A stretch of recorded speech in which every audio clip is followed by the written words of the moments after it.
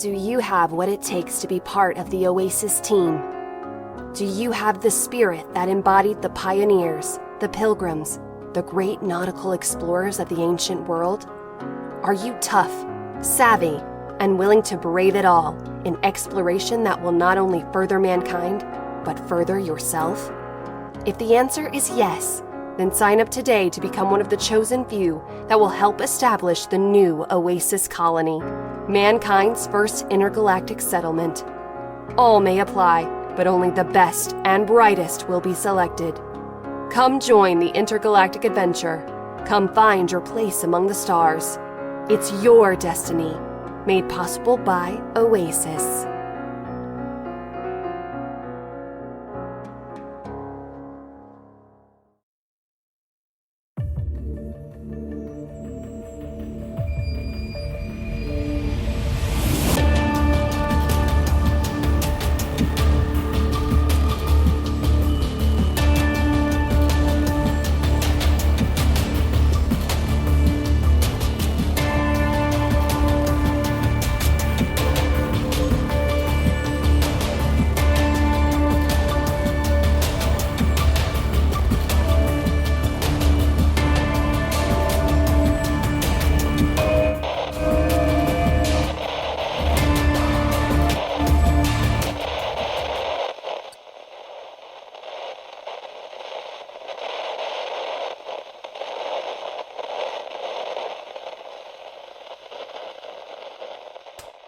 Science Log, Entry B4, Dr. Lauren Wood.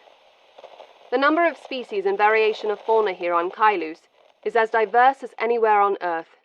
Considering our distance from the equator, it is likely the biodiversity surrounding the Nock is only a fraction of what exists in other parts of this world.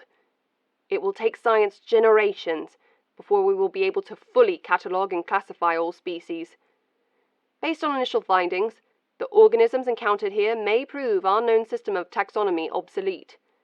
While some animals closely resemble what can be found on Earth, they also possess some feature or attribute that makes them altogether alien. Scales where there should be fur, lack of a tail or extra pair of legs or eyes. The most common animal we've encountered are herbivores, docile bovine creatures that make periodic visits to graze in the fields outside our colony walls. They are larger than our bison, standing nearly 2 meters in height, but are of a similar appearance. They are ungulates, but unlike earth buffalo, they are completely hairless, and their skin is dark grey. None of them demonstrate any fear of our presence here. The discovery of soil disruptions and small holes throughout the field could suggest the presence of burrowing creatures, such as gophers or mice. I've discovered what appears to be the eggs and nests of reptiles. Collected skin indicates the presence of snakes in the grasslands. It is still unknown as to whether they are venomous. To date, there's been no sign of an intelligent life like us.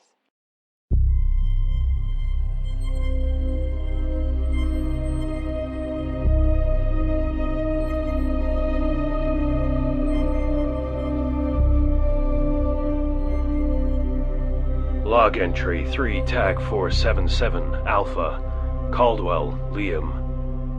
The search party returned late this morning. They didn't find Annabelle, but they discovered her backpack near Delta Point.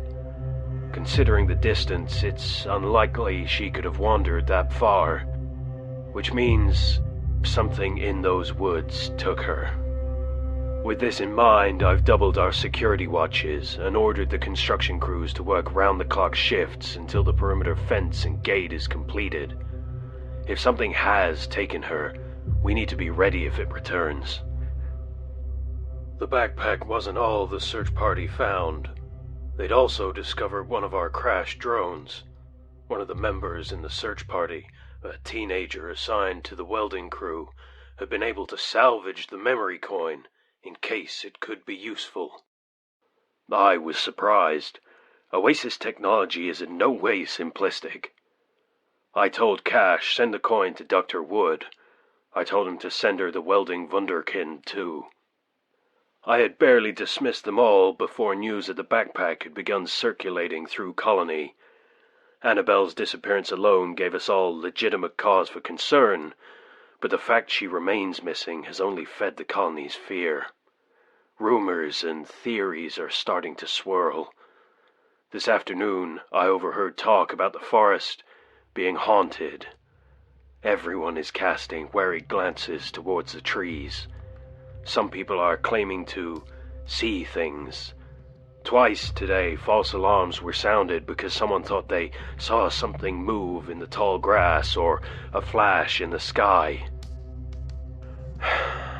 We're all jumpy. I know I need to keep people calm, so I've established new rules. I've instituted a curfew. No one is to be up after dark unless they are assigned to a security watch. I've suspended all collection parties indefinitely, as well as any agricultural and mining expeditions. Once the supply shuttle arrives tomorrow, we can determine a better course of action. Until then, it's lockdown.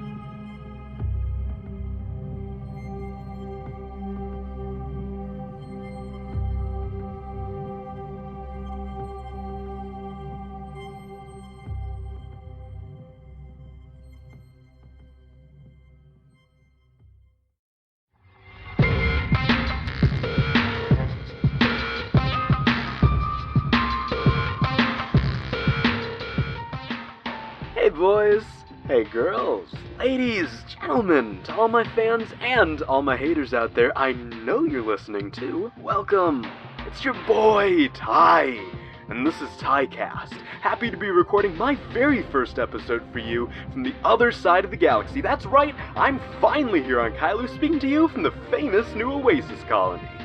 Many of y'all thought I was crazy for doing this.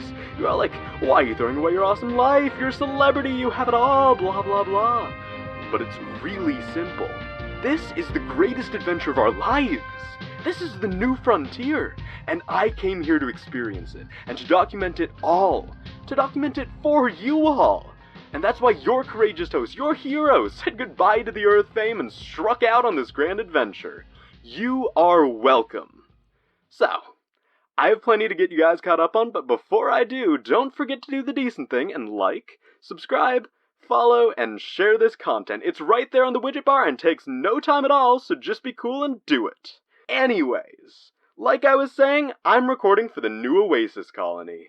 People here call it the Knock for short, but I've dubbed it the new OC. We'll see if that catches on. I don't know. First, let me say that whatever you were picturing is probably wrong. There's no space helmets or big glass dome on a cratered rock. I mean, this place looks more like the Oregon coast than it does Tatooine or Mars. The buildings themselves are temporary, that's what I've been told, and I hope it's true, because they're pretty goddamn crude. Most of them are made up of shipping containers, tarps, a few shoddily erected metal tough sheds. It's more junkyard than Star Trek right now. But it's got the basics. There's a barracks where almost everybody sleeps, including yours truly. That's the biggest structure. Think bunk beds, think standing in line for showers, think loud snoring, think smells, terrible, terrible smells. And there's a mess hall too. It ain't big, only a few tables, but I've made friends with the cook, he's a fan, so shout out to Milo, and the food is pretty legit. Because the security details work in shifts, the mess hall is the only location that's always busy. There are 4 meals a day, every day here. That's about 1 every 4 to 5 hours. We're not growing any food of our own yet, so everything Milo makes is freeze-dried or from a can. Still, it's pretty good considering what he's working with. There's also a laboratory, a hospital, a makeshift hangar which doubles as the armory, and even a church. Don't get me started about that. It's very utilitarian here. Not much to speak of in terms of the arts. There's almost no fashion. Everyone wears the same bland-colored jumpsuits, including myself. And that's the new OC in a nutshell, I guess. And while I wanted to give you guys the lay of the land, that's not the biggest news to share. You see, there's already been a major incident here that's got everyone worked up. Someone went missing yesterday. Another colonist named, Jesus, I forgot her name, but anyway, she up and vanished not far from the colony. Just like that, I'm not even kidding. I intend to make it my mission over the next few episodes to get to the bottom of this mysterious disappearance. And you will be right here with me each step of the way. God, I've only been here a few days, and I've already had this gem land in my lap. What luck! I know Artie, my producer, will be thrilled. Well, that's it for now. Until next time, kids, be good. Once again, be sure to like and subscribe. Ty out.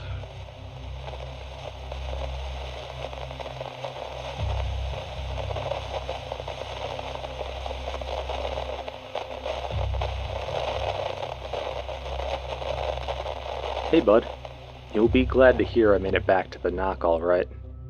Although I have to say that I didn't sleep much last night. But I'm happy to report I've been taken off the labor details and assigned to the labs. And it was all because of that crashed drone I told you about. You remember the one we found buried in the mud? Well, on the way back this morning, I convinced Cash to let me pull the memory coin. I figured the flight data might prove useful to somebody. Cash didn't want to be in the forest any longer than we needed to, but it only took me a couple of minutes. When we got back, Governor Cauldwell met us at the gate. Cash told him about the drone. Next thing I know, I'm getting reassigned to work with Dr. Wood. No more construction for me. I'd never met Dr. Wood before today, but I had seen her around the colony. It was hard to miss her. There weren't many scientists here, so her orange jumpsuit made her stand out among the rest of us. I can't say she was over-enthusiastic to meet me. In fact, she barely looked up from her microscope when I introduced myself and showed her the coin.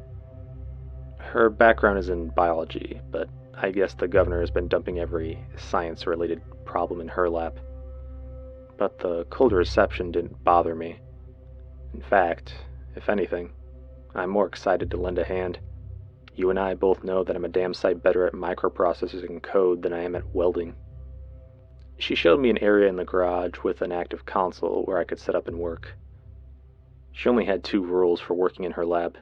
The first is to stay out of her way. The second is to stop calling her Dr. Wood. Her name is Lauren. I promised her it wouldn't be an issue.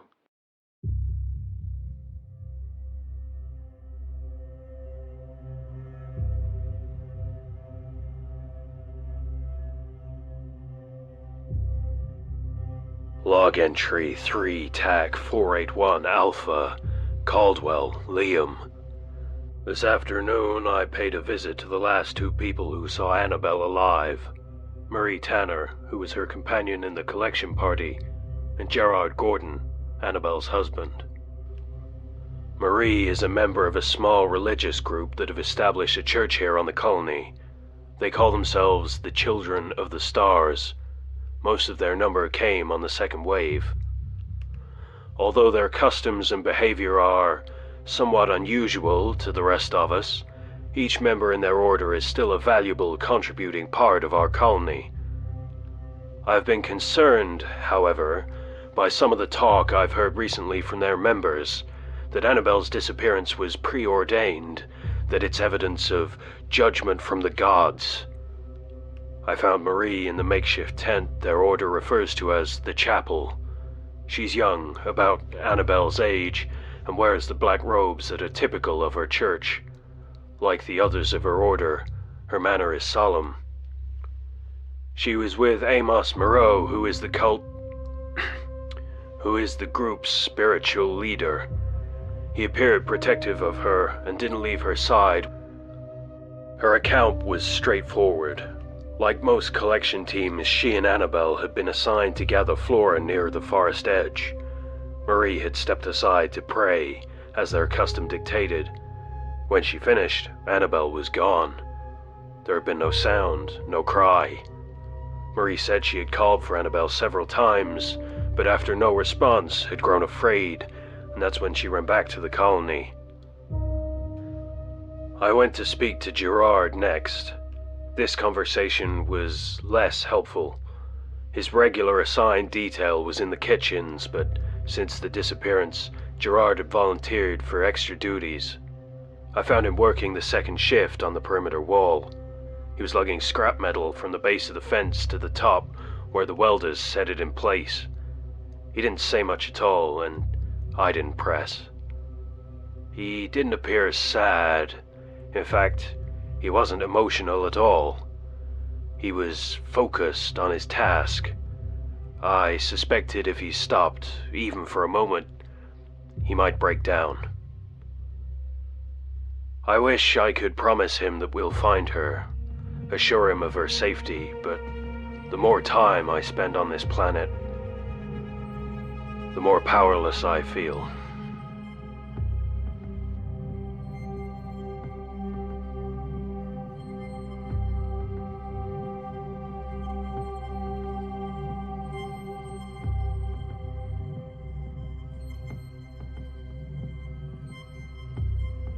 Personal log, Dr. Lauren Wood. I spent all day in the lab today. I would have made more progress on my samples if not for the interruption. Some kid, probably not much older than 18, turned up. I thought he might have been lost. He looked like he was a member of the construction crews. He says he was a part of the search party from yesterday and that they found one of the surveillance drones. He showed me the smashed remains of what he says was the drone's memory coin. He says Cauldwell reassigned him to my lab. My lab. I showed him the other malfunctioning parts, the robots in Vehicle's garage and the Conex box adjacent to the tent, and offered a space on one of the lab terminals.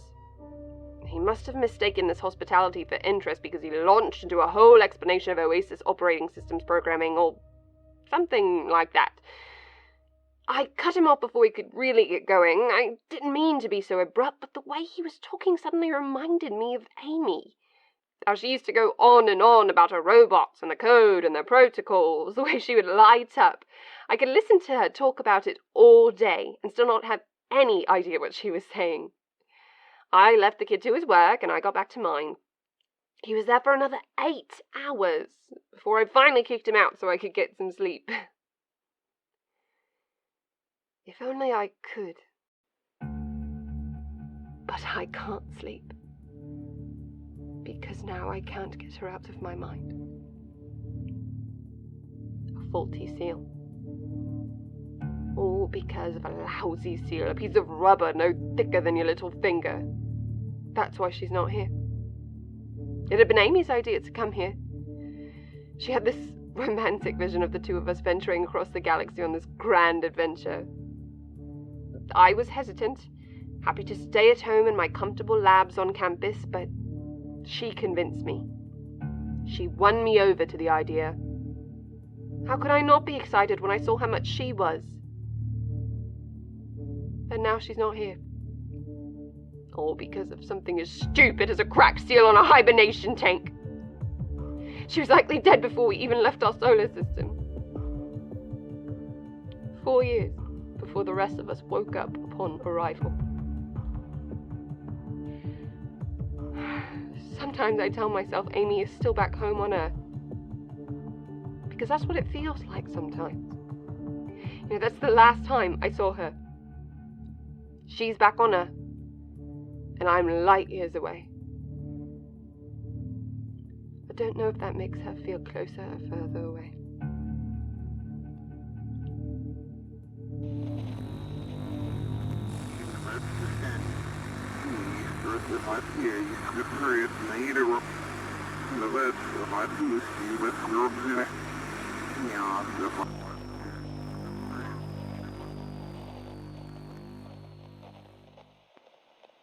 My dear sister, I hope you are well and that this message finds you in good spirits.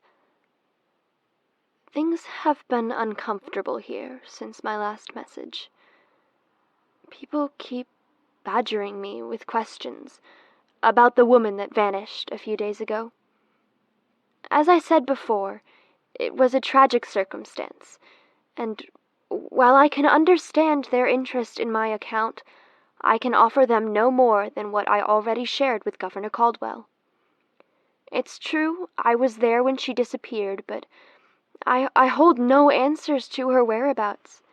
I have no explanations, but people look to me as if I'm holding something back. It makes me angry, but Reverend Moreau has counseled me on this. He says, "They are suspicious because they fear things unknown. It is the same as how they fear our church. Even though we hold the one truth of the universe, they do not want to see it. Annabelle was this way. She was not a believer. You may think me pious, but she was a sinner, a child of the dirt. We were paired together that day at random. There were others I would have preferred to be with. Camilla is of our church, and although she has a frivolous spirit, we work well together. But instead, it was Annabelle, and I didn't want to make too much of a fuss. I could be cordial. We were assigned to gather seeds, berries, and flowers from any plants on the outskirts of the forest. The goal was not quantity, but variety, so that Dr. Wood would have different specimens to analyze later. And, of course, I also gathered the beru leaf for our own purposes. I did this discreetly, as Reverend Moreau had instructed. As you know, sister, I prefer my silence and thoughtful meditation. Annabelle enjoyed talking, and she required little encouragement from me in her conversation. While we picked berries, she told me about her husband, about their life previously. She told me about her favorite songs, her favorite books. This is only what I remember, you understand.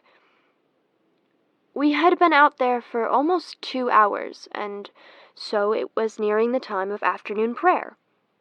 I told her I needed a moment and stepped away.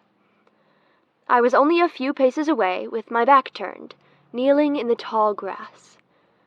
I had my eyes closed and was speaking my prayer quietly, but I could still hear her. She was singing a song. It was an old song, I think. I remember her voice stopped mid-verse, suddenly, like something had caught her attention. I expected her to resume singing at any moment, but the silence just hung there.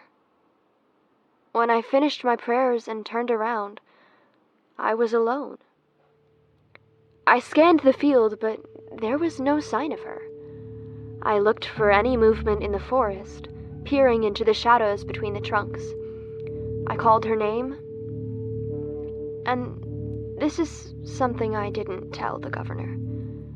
Not because I wanted to hide it from him, but because I wasn't sure. I think I heard a voice answering back from the trees. Not her voice. It didn't sound like her voice.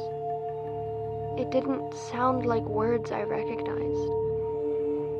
It was a deep timbre. It sounded old. It makes me shudder to think about it. I've asked Reverend Moreau about the voices. I've asked him what it means that Annabelle was taken, and he says that it was her judgment. I think he's right. He's always so right, sister. He's been preaching this in our congregation now. He tells us we must be wary of the other colonists. He says that we are chosen, and they are not. He tells us all to pray and to be devout and righteous, or we might be the next ones to be taken. I know you may not believe, but I think you would be proud of what we are building here. I think you would appreciate what your sister is helping to make in this new world. I know I am proud of my part in this work. Take care, sister. May the stars' blessings shine upon you.